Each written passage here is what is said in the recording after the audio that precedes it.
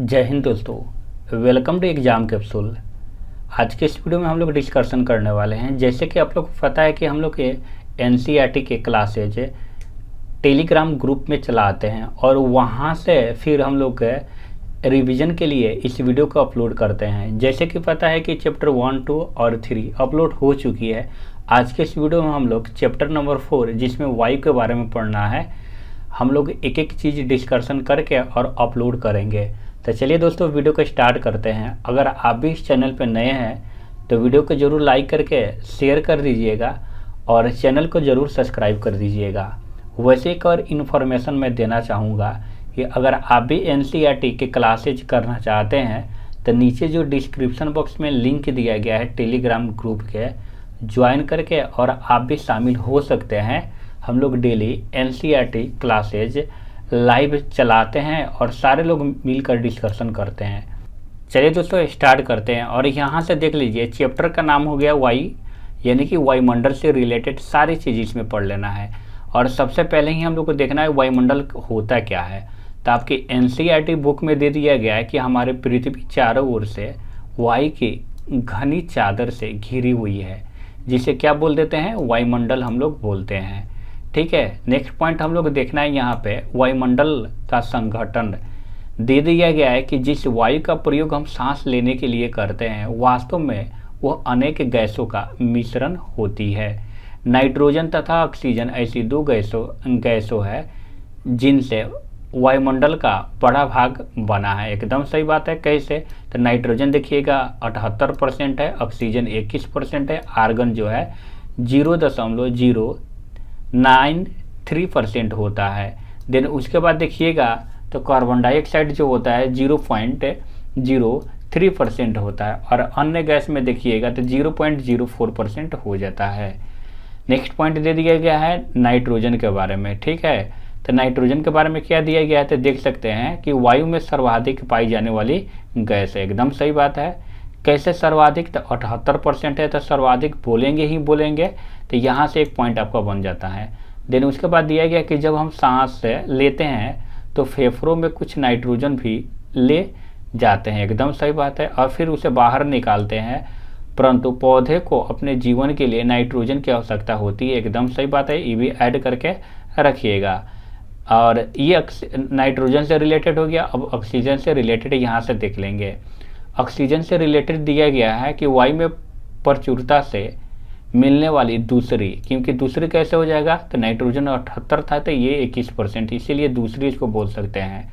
मनुष्य तथा पशु सांस लेने में वायु में ऑक्सीजन प्राप्त करते हैं। एकदम सही बात है। ठीक है, और हरे पादप यहाँ से देख सकते हैं फिर प्रकाश संश्लेषण के द्वारा ऑक्सीजन उत्पन्न करते हैं। सही बात है। और थर्ड पॉइंट में आ जाता है कार्बन डाइऑक्साइड के बारे में कुछ देख लेते हैं। तो अन्य महत्वपूर्ण गैस है। कैसे? तो हरे पादप अपने भोजन के रूप में कार्बन डाइऑक्साइड का प्रयोग करते हैं और ऑक्सीजन वापस देते हैं। एकदम सही बात है, ये भी याद रखिएगा। यानी कि कार्बन डाइऑक्साइड लेता है, ऑक्सीजन छोड़ता है पौधा, फिर हम लोग क्या करते हैं, आसानी से यूज कर लेते हैं दोस्तों। नेक्स्ट पॉइंट यहाँ पे है कि मनुष्य और पशु कार्बन डाइऑक्साइड बाहर निकालते हैं। ठीक है, और मनुष्य तथा पशुओं के द्वारा बाहर छोड़ी जाने वाली कार्बन डाइऑक्साइड की मात्रा पादपों के द्वारा प्रयोग की जाने वाली गैस के बराबर होती है, जिसे क्या करते हैं, संतुलन बना रहता है। यानी कि जितने मात्रा में मनुष्य या फिर जंतु वगैरह छोड़ता है उसी के मात्रा में वो ले लेता है। ठीक है, इसलिए संतुलन बना रहता है।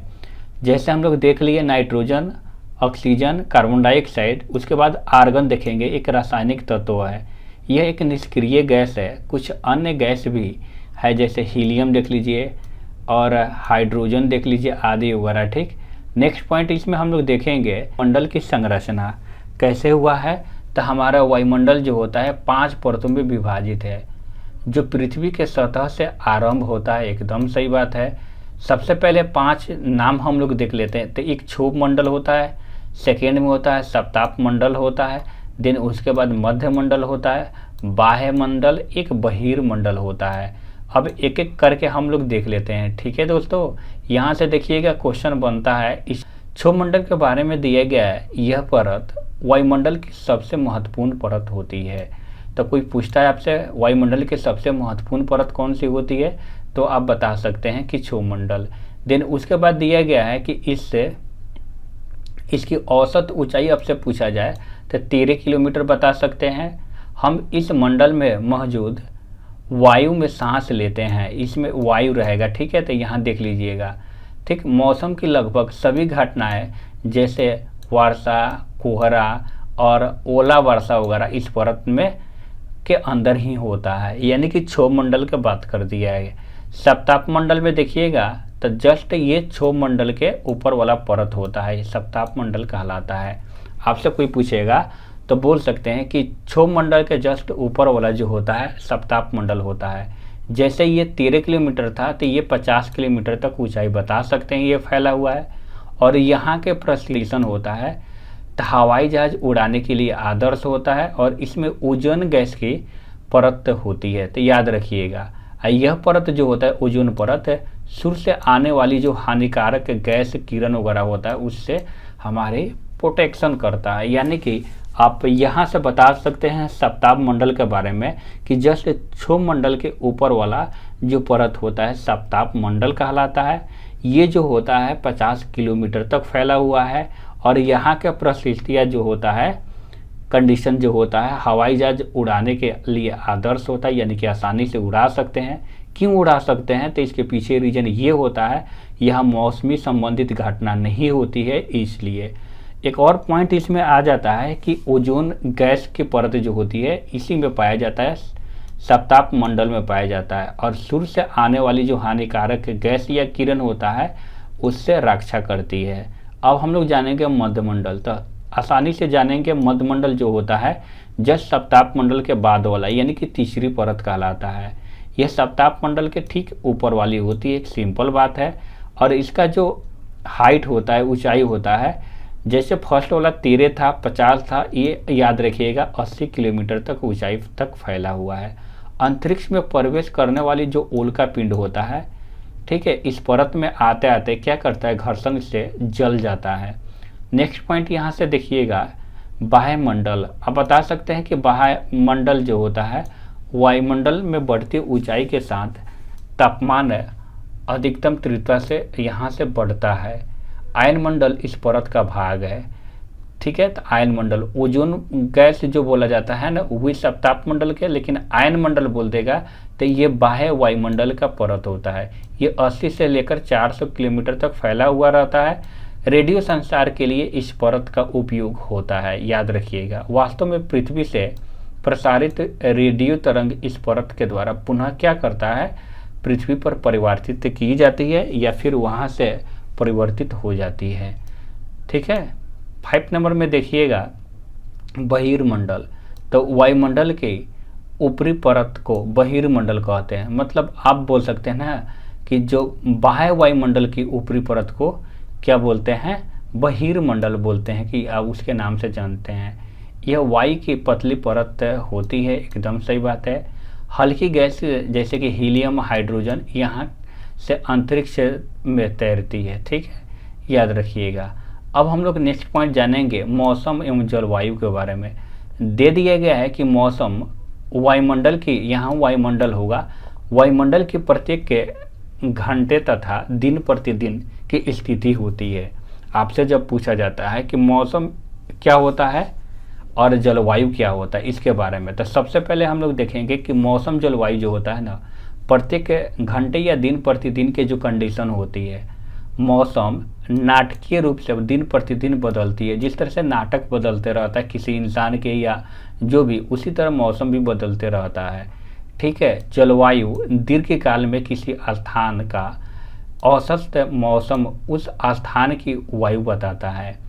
अब मेन पॉइंट यहाँ से समझ लेना है, ये मौसम के बारे में कोई पूछता है, ठीक है दोस्तों, तो आपको बताना है कि दिन प्रतिदिन के कंडीशन को मौसम हम लोग बोल सकते हैं, कोई दिक्कत नहीं है। लेकिन जब आपसे पूछा जाए कि जलवायु क्या होता है, जलवायु, तो बता सकते हैं कि जलवायु दीर्घकाल में किसी स्थान के औसत मौसम, यानी कि दीर्घकाल में जो चेंजिंग होता है उसको आप बता सकते हैं क्या बता सकते हैं, तो जलवायु।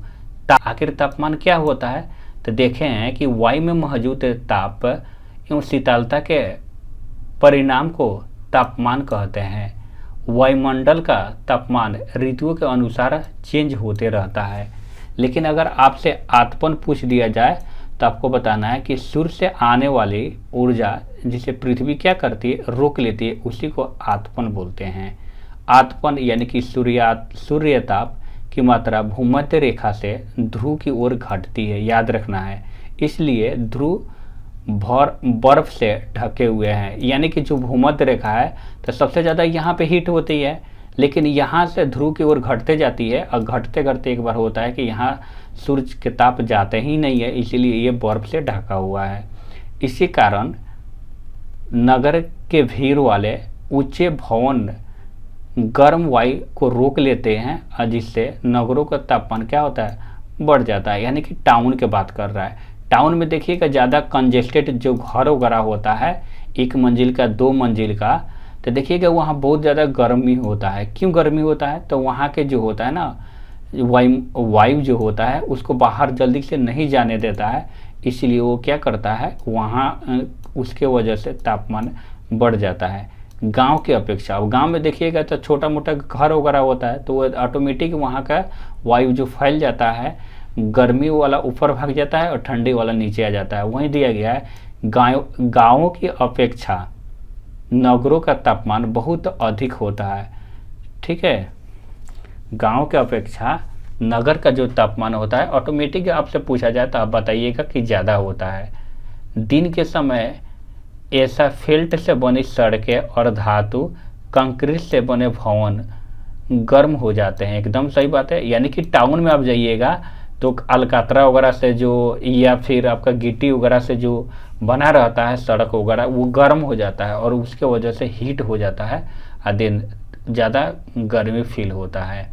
नेक्स्ट पॉइंट दिया गया है कि रात के समय ऊष्मा मुक्त होती है, यानी कि ऊष्मा जो होता है ये ज़मीन से निकलना स्टार्ट हो जाती है। अब हम लोग देखेंगे वायुदाब होता क्या है, ठीक है, एयर प्रेशर क्या होता है। तो देखेंगे यहाँ से पृथ्वी के सतह पर वायु के भार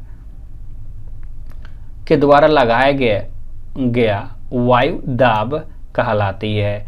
ये बोल रहा है ना कि पृथ्वी के सतह पर वायु के द्वारा जो दाब लगाया जा रहा है ना, उसी को वायु दाब बोलते हैं, इसको याद रखिएगा।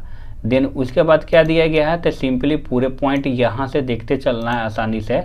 दिया गया है यहाँ वायु रहेगा, हमारे शरीर पर उच्च दाब के साथ बल लगाती है। एकदम सही बात है, किंतु हम इसका अनुभव नहीं करते हैं। क्यों?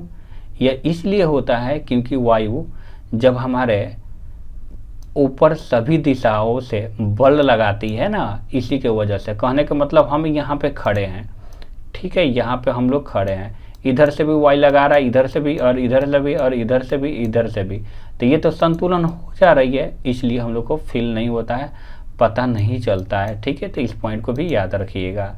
ठीक है, और हमारा शरीर जो होता है ना, जब हमको कोई धक्का मारता है ना, उसी तरह बल लगाता है विपरीत दिशा में, तो इसीलिए पता नहीं चल जाता है, ये इक्वल हो जाता है। वायुमंडल में ऊपर की ओर जाने वाली वायु दाब तेजी से क्या होता है, गिरने लगता है।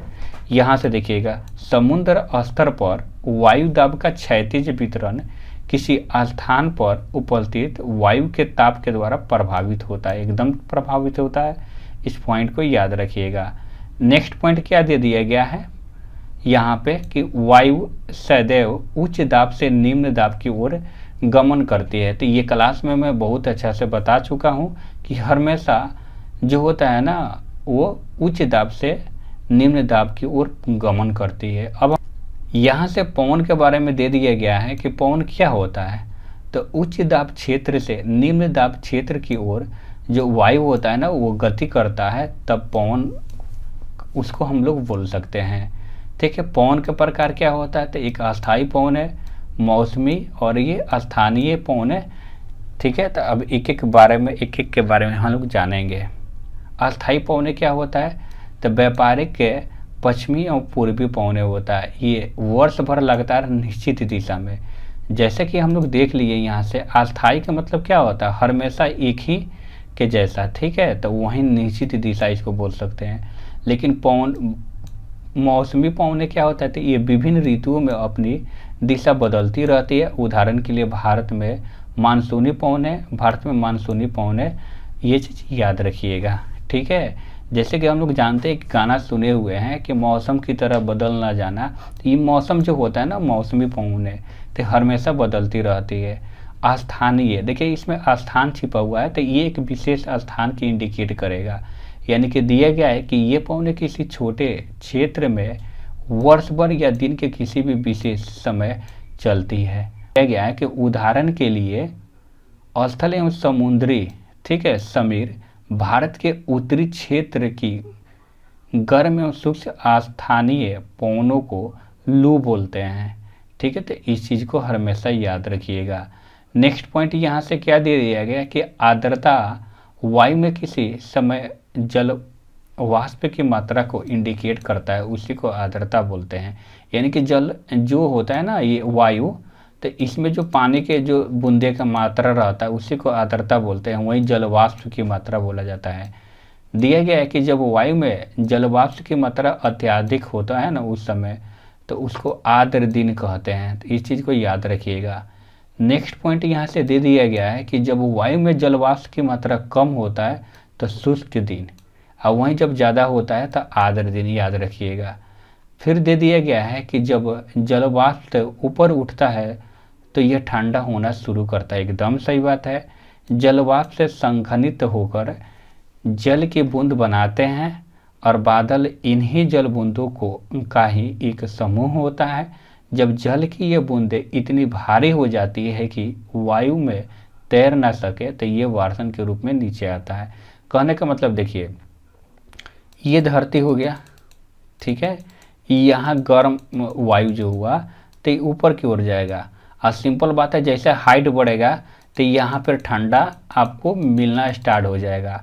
तो ये जो गर्म हवा जाती है तो आर्द्रता लेके अपने साथ में, ठीक है, तो यहाँ ठंडा होगा। जब ठंडा होगा तो ये क्या होता है, बादल बनेगा और फिर वर्षा के रूप में नीचे आएगा। यही आपको बताया है। दिया गया है कि वर्षा पृथ्वी पर जल के रूप में गिरने, यहाँ वर्षा होगा, पृथ्वी पर जल के रूप में गिरने वाला वर्षण जो होता है ना, उसी को वर्षा कहलाता है या उसी को वर्षा कहते हैं। हमेशा याद रखिएगा, ठीक है। ज़्यादातर भौम जल वर्षा जल से ही प्राप्त होती है, एकदम सही बात है। और एक और पॉइंट लास्ट दे दिया गया है कि क्रियाविधि के आधार पर वर्षा 3 टाइप के होते हैं, एक संवहनीय, एक पर्वतीय और एक चक्रवाती, ठीक है। तो यहाँ पे आपका चैप्टर ये ख़त्म होता है। ये जो 7th क्लास के NCERT दिया गया था, इतना ही दिया गया। इसमें डीप में हम लोग 9th 10th 11th 12th में पढ़ेंगे। तो उम्मीद करता हूँ कि क्लास आपको अच्छा लगा हो। इसमें जो कमी आपको दिखे लगे, कमेंट सेक्शन में ज़रूर कमेंट कीजिएगा। नेक्स्ट क्लास में मैं उससे सुधार करने की कोशिश करूँगा। मिलते हैं नेक्स्ट वीडियो में। Thanks for watching.